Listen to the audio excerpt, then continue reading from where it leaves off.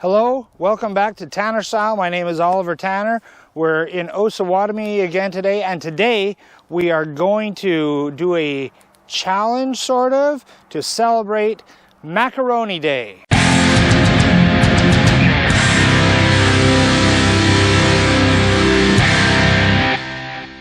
Okay, so last week we're just kind of going through our week, doing our thing, and my wife comes across a little short video put out by Jim's Kitchen calling out other content creators, food content creators specifically, to make videos to celebrate Macaroni Day. And we're posting this with the hashtag Macaroni Mania. You know, I kind of take it as a challenge. What can I do with macaroni? And so obviously my thoughts first went to macaroni and cheese.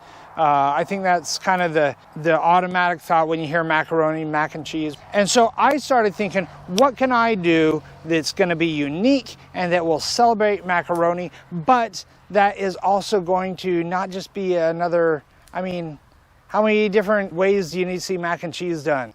Macaroni and cheese is something that's easy to just throw stuff into, but we want to do things in ways that other people aren't doing them. And so I came up with two things that we're going to do today. We're going to go in two ways that are a little experimental. I've never used macaroni in these ways before. Okay, so we're going to do a stuffed macaroni. Actually, so we're not really, all right, macaroni actually just means noodles, okay? Spaghetti is actually macaroni. And so I kind of went with a little bit of a broader sense of macaroni, and I decided, you know, we're gonna take some jumbo shells and we're gonna stuff them, sort of like you might stuff like a jalapeno popper or something like that, and we're gonna make some stuffed shells. We're going to try getting those ready, so kind of an appetizer application of macaroni, and there'll be cheese in it. So we're still kind of going with a mac and cheese idea, and then we're actually going to go with a dessert application for mac and cheese that I thought of, and I don't know if this is even going to work. It might even be disgusting. So we're gonna just make it and see how it works out. I'm not gonna tell you what it is. You're gonna have to wait till the end of the video or as we go through the video to see what it is. But I guarantee you have never had this before. So let's look at what we're working with today. So we've got some macaroni. This is gonna be for our dessert. Of course, we have our stuffed or our jumbo shells to stuff. Like I said, we're gonna throw in some jalapenos, garlic, onions into our shells. As well with the shells, we're going to do some cream cheese and some grated Parmesan. For our dessert macaroni, we're going to be using some sweetened condensed milk. We have some whipping cream, mozzarella, Mexican chocolate, and some ungrated whole nutmeg.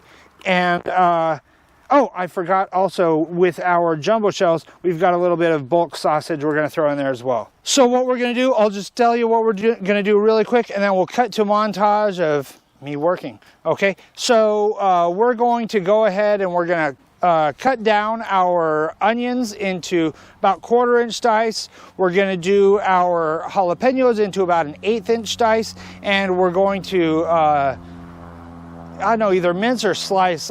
I'll decide in a minute which I really want to do. Some garlic, and then we're going to take all that, we're going to cook it in our skillet with the bulk sausage. So we're going to kind of make a mixture of things right there, and then we're going to take that, we're going to add it to our cream cheese, and we're going to just kind of mix that up in our KitchenAid so everything gets nice and homogeneous.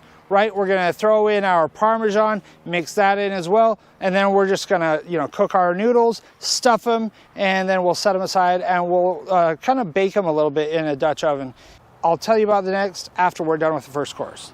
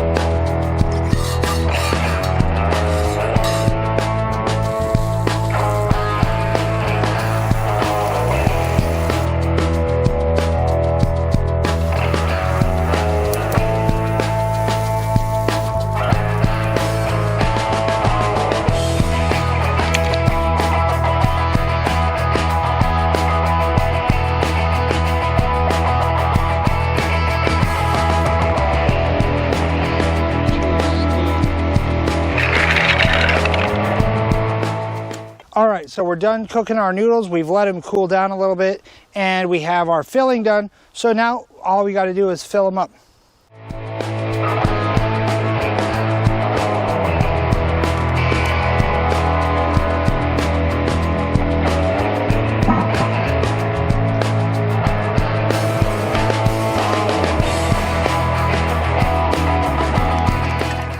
Okay, so it's been about 7 to 10 minutes since we put our coals on top of our Dutch oven. And before we open it up, I just want to talk a little bit about why we did it the way we did it. All right, so you'll notice that I did not put this into the fire pit, so I have no coals underneath, and I piled a bunch of coals and burning wood up on top. Okay, and what I'm trying to do is I've got the food down here at the bottom, okay, and I'm trying to simulate, or I guess recreate, the effect that you get when you put something in the oven on broil, right? And I do have a bit of an air gap between the food and my heat source up here. So I'm not trying to bake, I'm trying to broil the top. I'm trying to brown it a little bit. And so because of the size of that air gap, that's kind of why I gave it a little bit more time. In your own broiler at home, you can probably do it with a lot less time in there. Okay, so we've got our stuffed shells sorted. Let's get our dessert together. First thing for our dessert, we have our dry macaroni noodles. We're gonna go ahead, and you'll see in the montage, we're gonna boil those off first. Second, after a little bit, we're gonna let them sit, dry out a little bit, coat them with a little bit of oil, and then we're going to get some oil heated up, and we're going to fry those so they get nice and crispy. At least that's what we're looking for. Okay, and so that's kind of the first part of what we're looking to do, and I'll explain the second part after we fry up our noodles.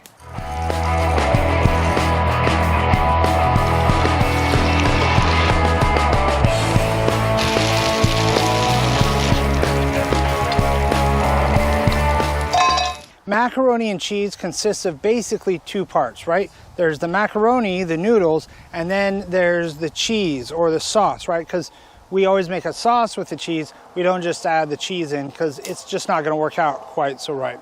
So for our sauce, this is where, I won't say this is where what we're doing here gets weird, because frying the noodles was a little weird too.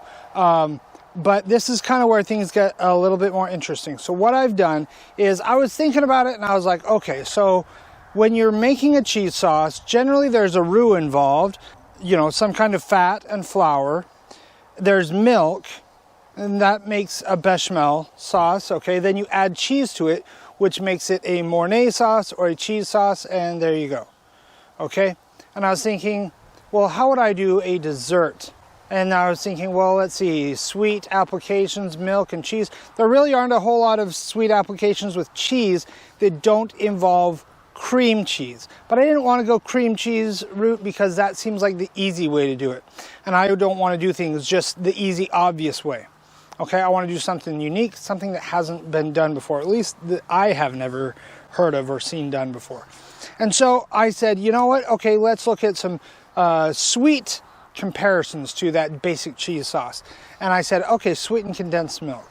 It's milk, so let's try heating up some sweetened condensed milk. And the cool thing about sweetened condensed milk is if you cook it, right, and you keep it moving while you cook it, you can turn it into like a caramel sauce. So it's still milk, it's just been changed a little bit through heat. And so what we're gonna do, and this is what you're gonna see in the little montage, right? I'm gonna be cooking that sweetened condensed milk over a fire. We're gonna turn it into a caramel sauce. And then once we've cooled it down a little bit, but it's still hot enough to melt cheese, we're gonna try to fold in some of that mozzarella cheese. And kind of the goal, what I'm looking for here is I want the saltiness from the mozzarella to add to the sweetness from the sweetened condensed milk and make almost like a salted caramel sauce that is actually still cheesy. So I have no clue if this is going to work. We're going to let it cool down a little bit because high temperatures may make your cheese break. Okay, you don't want to break your cheese down into the fat and the solids completely separated. That's going to ruin it. I don't know how it's going to work out. Let's go find out.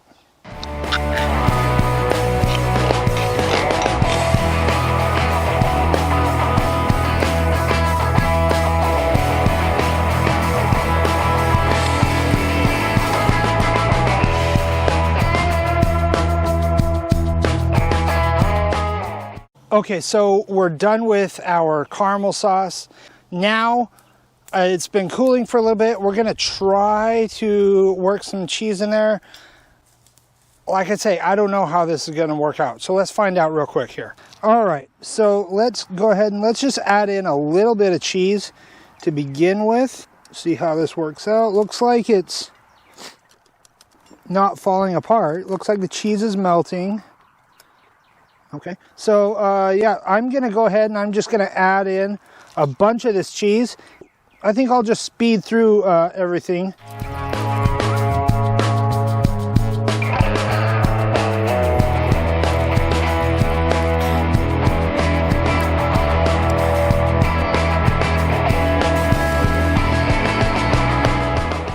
All right, so as you could see, I maybe let it cool down a little bit too much. We're gonna have to stick this back on the fire while I'm trying to fold this together. So my cheese isn't fully melted, but I am confident that this is working how I wanted it to, and it's going to work the way that I wanted it to. So now while I was cooking down all of my sweetened condensed milk into the caramel that it is now, you may have noticed in the little montage there were some times when it was getting pretty thick. Okay, and the thing is that the sweetened condensed milk has water in it, right? And as we cook it, that water evaporates out and it's gonna thicken up. We didn't want it to get super thick, or else it would become like a thick caramel and kind of hard when it cools down. We wanted this to stay as a sauce. I was adding some cream to it. I didn't want to add water to it. There's water in cream and in milk, so I could have used milk as well, right? I was using some cream, keep up that richness. I don't want to add water to something where I'm not sure exactly how it would affect it, but I feel a bit more comfortable with a dairy product.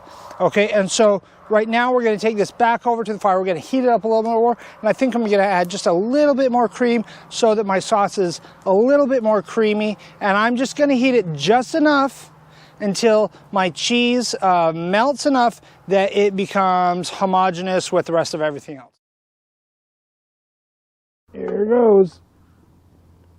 Oh yes, that looks amazing.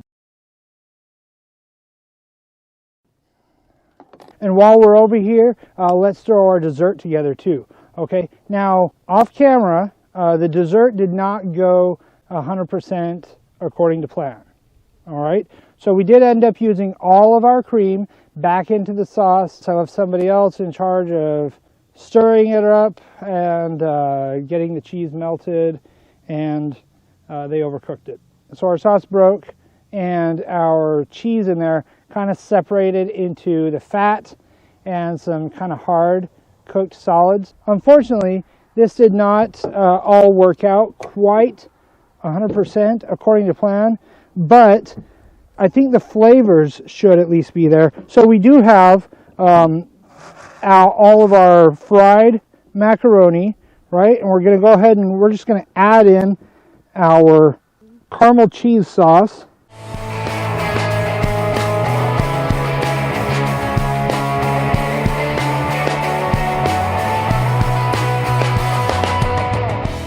All right, so we got all this mixed together, and you could see what I was mixing it up. You know, it looks like it has coconut in there. That's not coconut. That's just mozzarella cheese. Texturally and visually, you know, it did not really work out the way that it was meant to, but the flavors might be there. But before we go ahead and give this a try, let's finish up the dish. We have a little bit of some grated Mexican chocolate that we're going to use as kind of a garnish. Okay, so we're going to just kind of sprinkle some of that on top because chocolate goes well with caramel. And we're going to finish it off with just a little bit of freshly grated nutmeg. And let's give it a try. All right, so first we'll try the dessert because, I mean, look, I know you're supposed to have the appetizer before dessert, but we all like to have dessert first. All right, so let's give this a try. Texture-wise, the crunch from the macaroni is fantastic. I love it. I think the chocolate and the nutmeg do go well with everything else. I think the flavor of the cheese goes with the flavor of the caramel, but it's not really quite the salted caramel that I was hoping to get. It's more just caramel with kind of a hint of cheesiness in the background. And the texture from the cheese that broke, it is a little off-putting. But this is good. I think that we have right here the beginnings of a good dessert. Okay, I think that it just needs a little bit of work. This is my first time ever doing this. So I think that the next time I do this, I think one of my mistakes was using mozzarella cheese. Mozzarella is generally thought of as a good melting cheese. It's also a very good stringy cheese. So it's more stringy than it is creamy, okay? And I think that for this, what we need is something that's a little bit more creamy. I think for something like this, you definitely do not want to use a cheddar. Cheddar breaks way too easily, okay? So we want a cheese that's robust, that doesn't break easily, and that gets creamy rather than stringy. I think Monterey Jack is what we're going to want to try in the future. Maybe some Brie, because Brie is already creamy and it has a nice saltiness to it. Actually, I think that some blue cheese would go really well with this. Blue cheese tends to go really well with anything that's sweet. You know, the strong flavors in blue cheese really act as a great counterbalance to really high sweetness. So that's enough talking about this. Let's try the other one because, you know, dessert is good, but this looks amazing. So let's give her a try. Oh my gosh. Wow. Okay. Holy crap. That was good. Look at this. All right, look at that. So all that Parmesan in there melted up. That's where all that stringiness is coming. There's just all of these flavors mixed together perfectly. The noodle is cooked really nicely, even with the additional cooking in the oven. Even though it kind of sat out, dried out a little bit earlier, I wanted that, okay? I wanted it to cool down, and I needed it to be strong enough that when I stuffed it, it didn't all fall apart. And that's the other reason why we want to make sure that we do not overcook when we do something like this. But I'll tell you something, man. You take these to the next potluck, and you are going to be everybody's favorite person because this is freaking amazing. I mean, seriously. So next time that I make this, what I would probably want to do a little different, having done this once, I think it could use more spiciness, okay? So I would probably put in like one habanero, maybe a couple of serranos, and maybe keep the same number of jalapenos. I like things spicy. That might be a little bit stronger than other people would like, but you make it to however you want to make it. I would also maybe experiment with maybe some different kinds of sausage. I think maybe an andouille sausage chopped up, sauteed a little bit would be pretty good in there. So, you know, go ahead and try making this at home. I promise you're not going to regret it, okay? There's no real recipe to this. It's just, you know, I used some cream cheese, I used some Parmesan cheese, I threw in some meat, and I cooked the meat with some onions, garlic, and peppers. You can cook it with whatever you want to cook it with. Give it a try. Comment down below how you would do either of these different. And if you try it, comment down below and tell me what you did with yours and tell me how it worked out. Because I'd love to hear your ideas. I'd love to hear your experiences. I just shared mine with you. Anyway, thank you so much to Jim's Kitchen for throwing out this challenge, right? For Macaroni Day. Hashtag Macaroni Mania, right? So go ahead and check out other people's videos, see how they did it, and you know, maybe you can choose who did it the best. I don't know who that would be.